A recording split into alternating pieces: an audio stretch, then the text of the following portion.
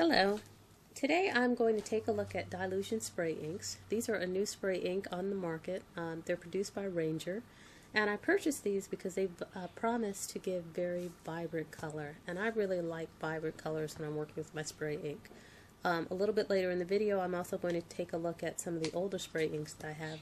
This is the Adirondack's Color Wash Spray, and I think I have a Glimmer Mist around here.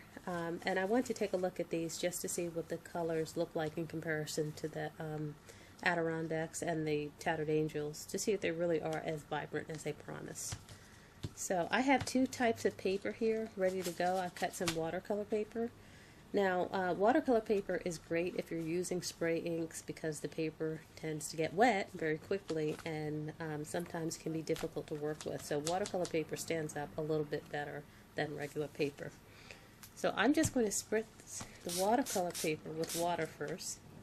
And the reason I'm doing that is obviously if the surface is wet and you're applying a wet ink, it gives the ink a little bit more play. Oh, look at that. That was the lime that I just sprayed, and I think that's a nice vibrant color. I like that one.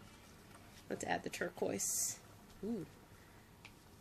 I just added the turquoise, and as you can see, that's a nice deep color. One thing I'm not loving, I'm noticing here in the video, is that this is absorbing really quickly, and that is what the ink is supposed to do because I'm using watercolor paper. Now, I think if I were using a regular paper, I would not see that absorbency as quickly. So, in fact, let's test that theory. I've got some specialty stamping paper here, one of these sheets. And I'm also going to spray that with water and then add the inks and see what happens. And just as I suspected, on the specialty stamping paper, the ink moves around a bit more. I happen to like that because I like to be able to let the inks, you know, move and pull and create different effects. So that's nice. So let's take a look at that same effect on the with the Adirondack's Color Wash sprays. This is lettuce, which is a nice color.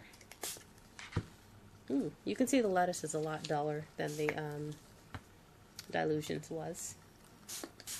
Let's spray that with water. They move nicely again once you spray it with water. And on this is the coated paper I'm using. I have a chance to move around with it and spray some more water if I want to get the effects that I like. So that's nice, actually. So I think the verdict on the Dylusions is that they promise the vibrant color and they give it to you. Here's a comparison. The bottom sheet is the Adirondack Color Wash and the top is the Dylusions. It's dry now so you can't see it as much, but let's just do a spray again. You can see how vibrant those colors are. Now, one last thing I said I was going to do was take a look at Glimmer Mist and see how the Glimmer Mist colors compare in terms of vibrancy. Now, this comparison isn't really very fair because I don't have a lot of Glimmer Mist colors, so I'm just using what I have on hand. And this is naturally a duller color. This is English Ivy. You can see it's a deeper green, but let's just see what it looks like. I'll spray this with a little water. Spray the Glimmer Mist. Now the Glimmer Mist moved around, which was nice, but it's also a very dull color. I'm not loving that. It may just be the color, but it could also be the formulation of the ink.